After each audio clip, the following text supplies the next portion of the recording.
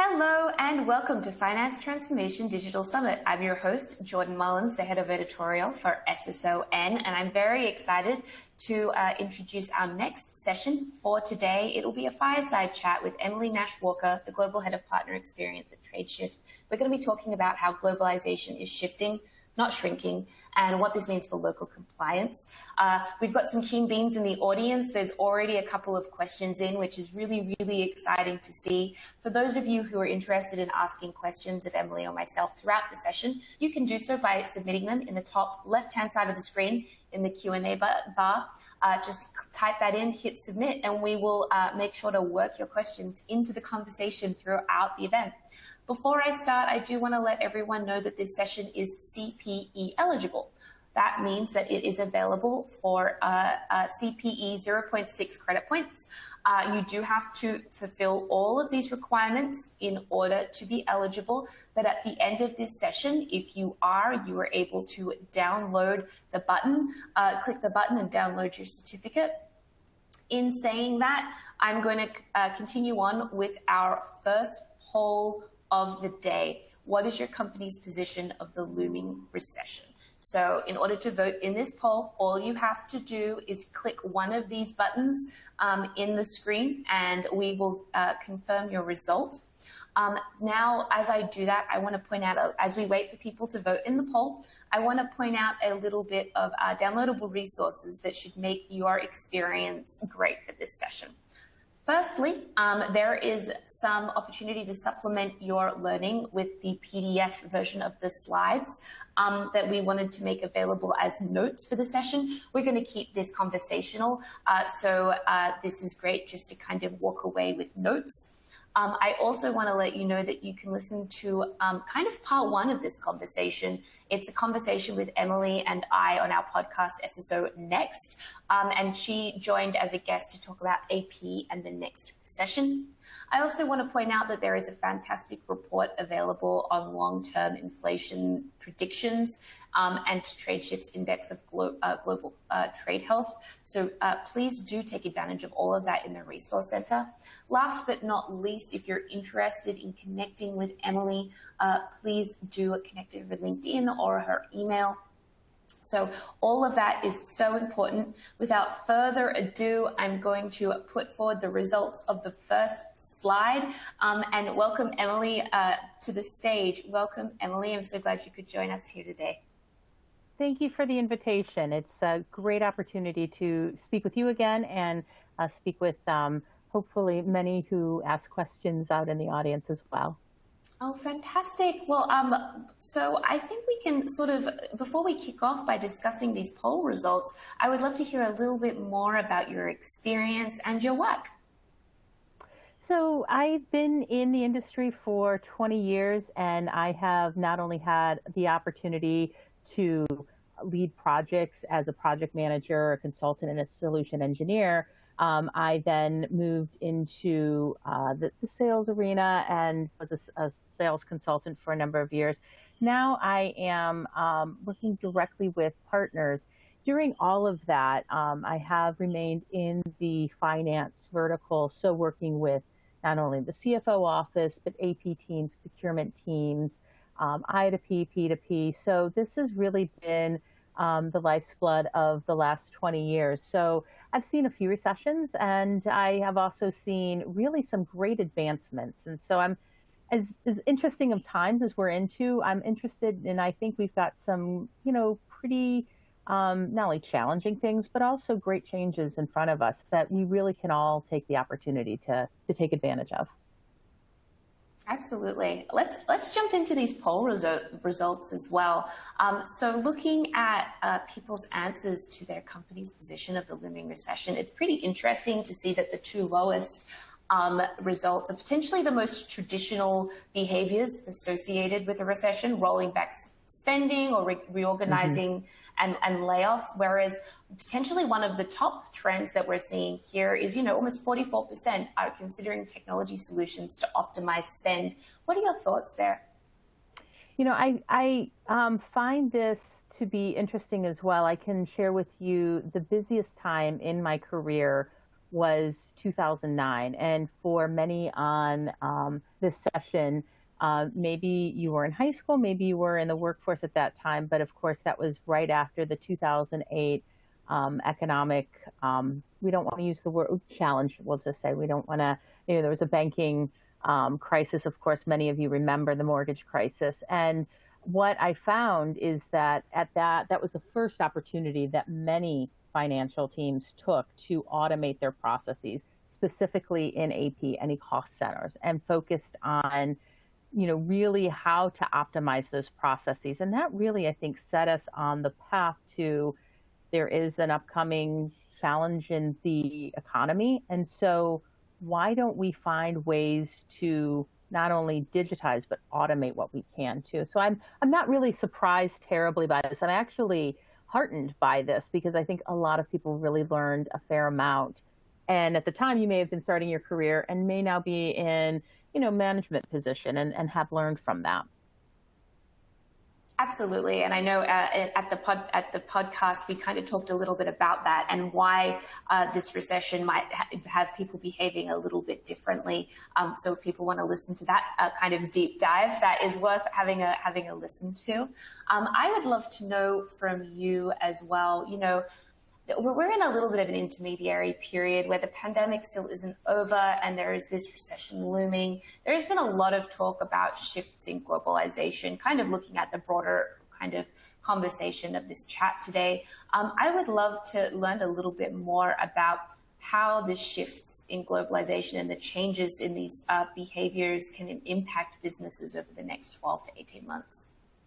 Yeah, I think we're really leading into interesting times, as I mentioned, and this is a bit of an atypical economic future. And I say that because traditionally there was a pattern and a trend here. While the economy may be, experiencing some challenges, the job market is still quite tight. There was actually, I think, over the weekend here in the U.S., there was a pretty large press conference with some senior government officials talking about the fact that we're not in a recession because the job market is still very, very good. So, I think one of the things that we see and how this is going to impact globalization and really that shift is, especially over the next 12 to 18 months, is that we're finding that people are becoming a little bit more conservative.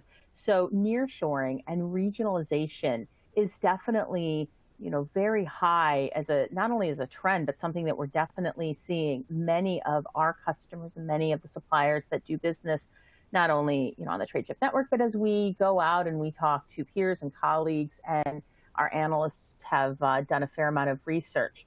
What we're finding with that, and, I'm sure that we all have experienced this a little bit, not only in our day-to-day business, but also perhaps even as we've tried to just go to the grocery store and buy something specific, is that regardless of the distance and regardless of what we're purchasing, nothing is immune from a supply chain disruption. And we've seen that over the last 12 months. So how we're resolving that, and what we see the trend towards, is building out those smart supply chains, easy for me to say, really to build out that redundancy.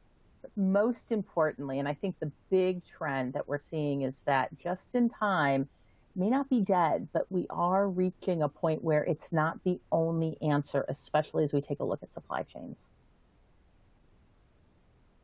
I'm glad that you mentioned these challenges because, I think more and more countries are moving towards a different model. They're moving towards clearance models, and this requires companies to adhere to stricter regulatory frameworks.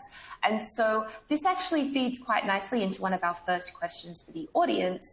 Abhinav wants to know, what role does AI-powered automation play for local compliance? How can they help this in kind of stricter framework requirements, and what impact this is going to have on financial processes? So one of the things that, as we study the landscape of countries, we forecast that by 2030, roughly 2/3 of the world's economies in all regions, Latin America, North America, Asia Pacific, and Europe, will be moving to a clearance model. So, it's a fair chance that as you're building out the supply chain redundancies, you're going to be doing business with a country that has a clearance model. And not all clearance models. In fact, there are no two clearance models that are the same because governments are different and they're government mandates. And so one of the things that is key as we go and we move forward in this model is first to not fear it. It is absolutely something that is should be embraced. There's a reason for them and they really can work, but it really helps to move forward with that AP automation process, that digital transformation, because those clearance models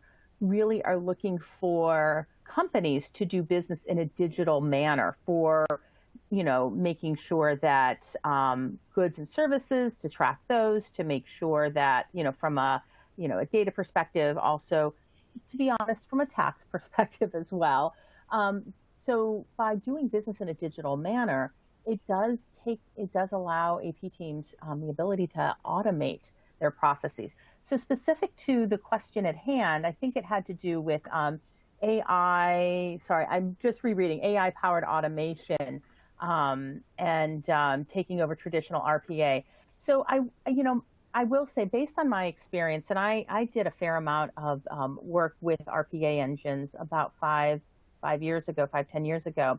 I do think that AI is really going to really be the direction that, especially from a clearance perspective, that we're moving to. And the reason for that is you have the ability to make better decisions as in an agile fashion using data. I mean, at the end of the day, it's statistics. So once you have the data, you can, interpret the results and make a better decision about how you're focused on not only the clearance countries that you're doing business in, but also how fast that turnaround time is as you process those clearance invoices.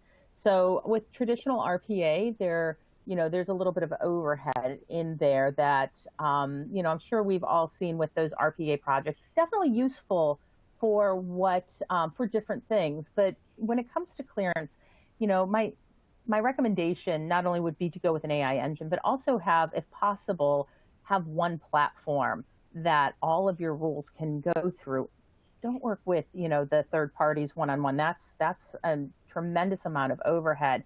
If possible, have a single UI, have one platform that can address all of the different business rules. So that way your teams the look and feel is the same, even though some of the decisions from the clearance countries may have to change based on the rules and regulations. But that was a great question. Thank you for going through that. And I do want to remind attendees, if they want to ask their questions, they can type that into the Q&A button. Also, we have a second poll up. So I'm not sure if attendees noticed that shift. So poll 2, looking at the impact since the pandemic on supply chains, looking as well specifically at what they've seen sort of happen, what has been the biggest change that you've made to your supply chain. I want to remind everyone that they can vote in and answer multiple questions by clicking the buttons on the screen that they can see right in front of them. While we wait for a couple more people to vote, I do have my next question for you, Emily. And so there's a lot of talk about a shift in the global supply chains, and I'd love to learn a little bit more about what impact they're going to have to regulatory compliance. We touched a little bit upon the clearance models, but I'd be curious to hear a little bit more as well about other impacts we'll see. Absolutely. So not only is there the clearance model, and that, of course, we see on the AP side, but, one of the things that as we shift our global supply chain and we may move from working with a business in country A to country B, we find that some of the traditional ways that we may have sent shipping documents, be it shipping notifications, goods receipt, those types of information, that CDN information, we may have sent that, in the past, it may have been sent via like DHL to the receiver. That's changing.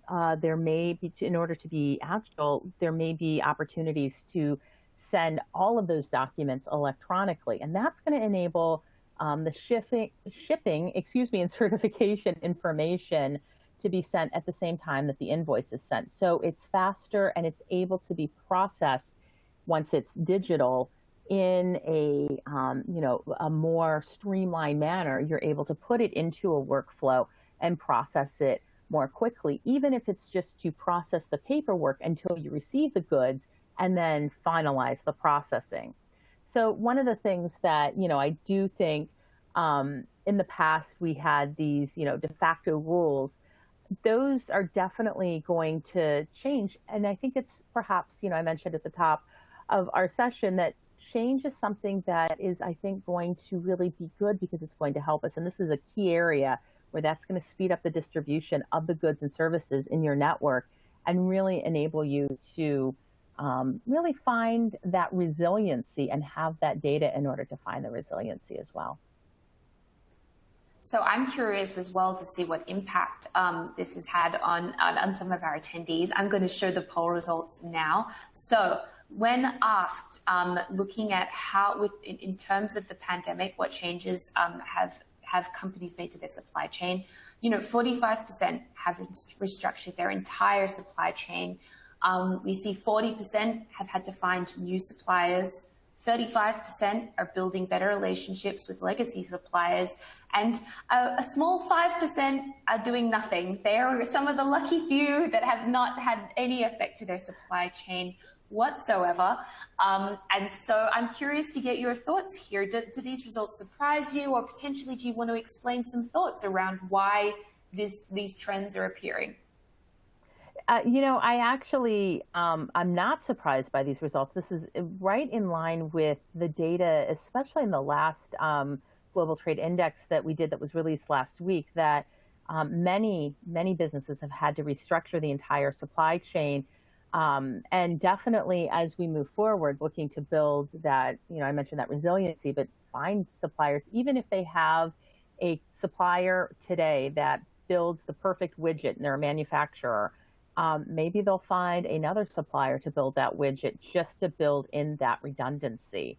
It's interesting. I hope you don't mind, but I see here there's a great question that is pertinent to this particular poll, and and that is really, I love Thomas Frieden, and I read the book, and the world is flat. And there was a question on if we see that the finance function and how this is related likely to the finance function of, is the world flat, or is there going to be a more administration and geographic, I'll say, framework? And I love Thomas Frieden. I really think that we're looking at a time where we're going to see more of the latter. We're going to see more administration and geographic resiliency is how I like to put it. And that's just, I think, a really polite way to say businesses are going to need to find backups so that way they can mitigate should they run into any issues. And I think we're seeing this in the poll as well. And I'd really be surprised on the 5% that haven't had any impact on the supply chain. I'm sure in the next 6 to 12 months, they likely will see it, because I think this is definitely a trend that is going to be universal. I think as well, this really harkens back to a session that we just had with Helen Emmett, one of the CFOs for financial service at Experian. She and I chatted a little bit about the impact of, setting up FP&A for global business services. And I think that this definitely kind of we definitely talked a lot about how different global office sites can have an impact on ensuring that you have better business resiliency, ensuring that you're able to respond a little bit more agile, even when you're working in a remote, hybrid, or dispersed workforce. So I think that it's definitely important to keep in mind. I do have my next question.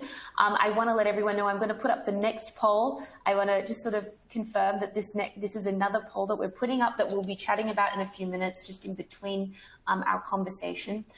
So I wanted to ask about nearshoring. You mentioned that it's a potentially conservative choice for companies to make. But I'd be curious to take a little bit of a deeper dive into that because it's gained huge interest and adoption over the past 24 months. I'd love to hear a little bit more from you about how this strategy is aligned with other strategies to help secure business more effectively and potentially is related a little bit more to business resiliency.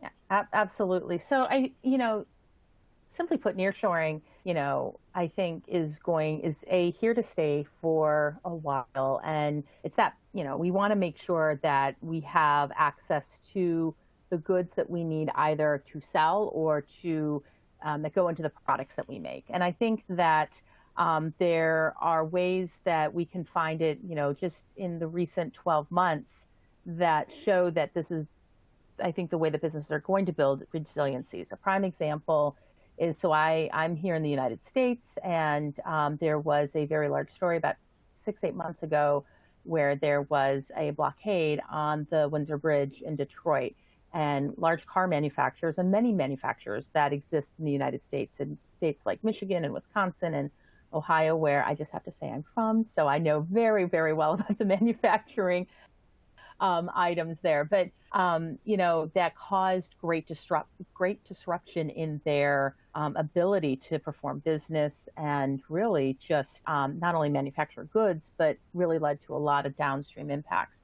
By nearshoring, we're taking the opportunity to really build out the ability to have another option, that plan B, to mitigate any challenges that we have. That is a pretty extreme situation, but as we've seen in the last couple of years, we've seen things that are different. We don't have a playbook for, and so what do we learn from it is how to mitigate. And as we look towards, the next, I think 24 months, definitely the next 12 to 18 months, but definitely the next 24 months, one of the things that we're going to see is that as we move towards different options, we're going to have the data to make good decisions.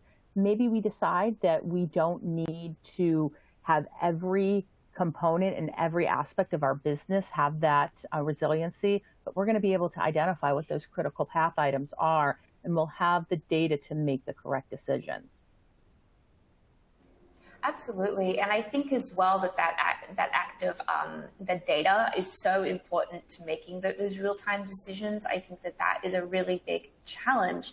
And I think as well, it was something we touched upon in the last session, is like having those metrics to make the right business decisions is so key to feeling not just that your business is prepared, but also that they can really, make decisions a little bit more quickly as well. I think for my next question, I would love to know how globalization of sourcing and AP automation have impacted spend and processing the most. Keeping in mind that it seems very interesting from our attendees that 45% are still, considering technology as a way to manage that. I mean, I'd be wanting to take a little bit of a deeper dive there. Yeah, absolutely. So one of the things that I would always highly recommend is by going through that digital process. You've got not only the data, as I mentioned earlier, but you've got transparency. So you're able to articulate why shifting from maybe using a supplier in country A, why you've had to go with a more expensive supplier in country B. With any economic downturn, there is definitely that additional oversight. And so the CFO's office may require additional approval, which can be hard if you don't have the data. When you have the data and you have that transparency by way of reports, by way of that additional movement and analysis that you're able to perform, that gives you that transparency. And that really is solved by making as much digital as possible and by going through, your workflow processes, et cetera. I think one of the other things that, this has also allowed us to do is really analyze the cost of goods sold and really assess what is the best way to perform each area and each function. Many of us, especially in the shared service environment, have multiple different functions in the organizations either that we work in or that we serve. And it really, that analysis of the cost of goods sold is really going to help us determine what's the best way to build resiliency. A key example, so I mentioned that just-in-time model, we're finding that companies are moving away from that. A key example of that is Apple. So Apple has really built out their supply chain resiliency by continuing to grow sustainability within their supply chain. So they may have a supplier that they're perfectly happy with and have great and negotiated great prices with for a widget to make their iPhone, and they may still put out and will contract with another supplier to make the same exact widget. They likely will have at times stock on shelves, and they're okay. That's their investment to make sure that they've not only got that that supply chain resiliency, but they've also mitigated any risk, and they can make sure at the end of the day that they can get their product to the consumer. Now, this may not work for everybody, but by having that transparency and that data to do that analysis, that allows you to make the best business decision for your business. I think that makes total sense, and I think that it's a practice that we'll probably see a rise in. Let's have a look, though, at the results for our attendees. So 38.5% have definitely implemented automation solutions across AP and procurement for their supply chain. Only 7.7% have only done it for procurement, but 30.8% haven't implemented any automation. I'd be curious to hear what your thoughts are on these results and potentially what you think the biggest selling point is for AP automation right now. I do love that 38.5% have, looked at digital transformation across all transactions. That's great. For those that may have only looked at one function like AP or procurement, or not at all, I think many times the reason for that is, perhaps we have, it's working, so we're going to continue down that path, or we're focused on, what I used to call in my outsourcing days, the risk and rewards aspects, where we've got the rules that we, have in place, and I know what those are. My teams are trained. The one thing that, I may encourage you to take a look at is find different ways that you can respond, because these changes, they definitely are coming. And I think that it is something, we may find that we haven't done anything because we're just not sure what to do. And that's okay as well.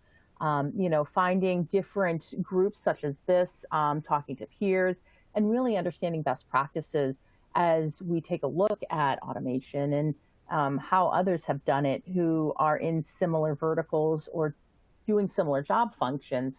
That's absolutely, in my opinion, the right way to go through, an investigation of next steps.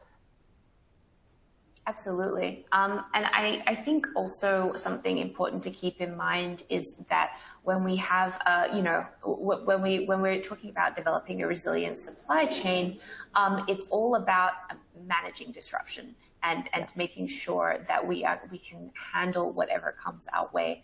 I'm mindful that we only have a couple of minutes left, but if you have like a key takeaway of what you think a team should think about when developing their supply chain transformation, should they think about developing it to build out for redundancy, or what are your thoughts there?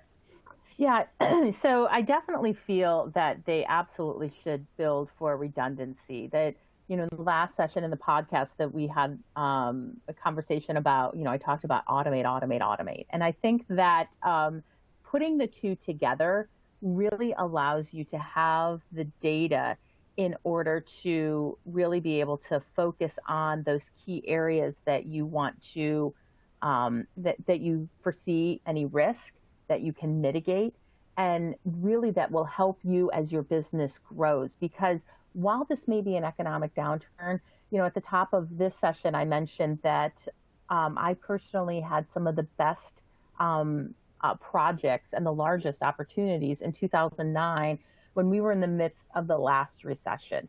So keep in mind that, business definitely transforms during recessions, and there is always opportunity. And I think that that's something that, if there's one piece of information or advice or guidance that I can give you from my 20 years of experience in doing this over a few different recessions, is just that we will continue to grow, and, making sure that you can identify those areas that, that is part of the challenge, but it also is part of the opportunity as well. Deb, thank you. Emily, thank you so much for joining us today. I wanted to add as well, you have had so many experiences across so many different companies. And so I'm very curious to hear from you if we could close out on what is one little piece of information you were always surprised that people don't already know. I think that's a great question. I would say when you think you're done, you're not. And what I mean by that is I mentioned that, 2009 saw many AP teams just starting their digital transformation projects and process. And here we are, 13 years later, and they're still in the midst of that because they're fine tuning, they're raising the bar, and they're finding different ways. We used OCR and RPA 15 years ago. Now we're using AI-powered engines and making, better decisions with reporting and big data. So, I would say we're definitely not done, and, find the opportunity and lean into it. And it's, it is definitely going to be worth it, I think, in the long run. Thank you so much for your time today, Emily. It's always a pleasure chatting and kind of having, getting these insights from you. I want to remind everyone that, so Emily and I had a chat on the podcast SSO Next, so you can definitely join us and listen in there as well, where we talked about the impact that the next recession will have on AP. I think it's a well worth complimentary session that kind of does reflect many of the same themes that we talked about today. I also want to let everyone know that there are some slides that people can download in order to supplement everything that we talked about today, and a bit more information about Tradeshift as well, if you're interested in learning more. Emily, it was a pleasure having you on board, and I look forward to having another conversation with you. Thank you so very much. Have a wonderful day. You too. I want to remind everyone that our next session is coming up in 15 short minutes. It's going to be a case study on accomplishing more with less, looking at how Calpine uses data analytics to transform their business. That'll be happening in 15 short minutes. You can head over to that section by clicking the green Next button. You can see that at the bottom of the screen. And so that's important as well. And if you also want to be eligible for CPEs and you've completed all the requirements and you're in North America, you can collect your certificate for 0.6 CPEs by clicking the yellow button at the bottom of the screen as well. Thank you so much for joining us for the third session of Finance Transformation. And thank you, and see you in the next session. Thank you.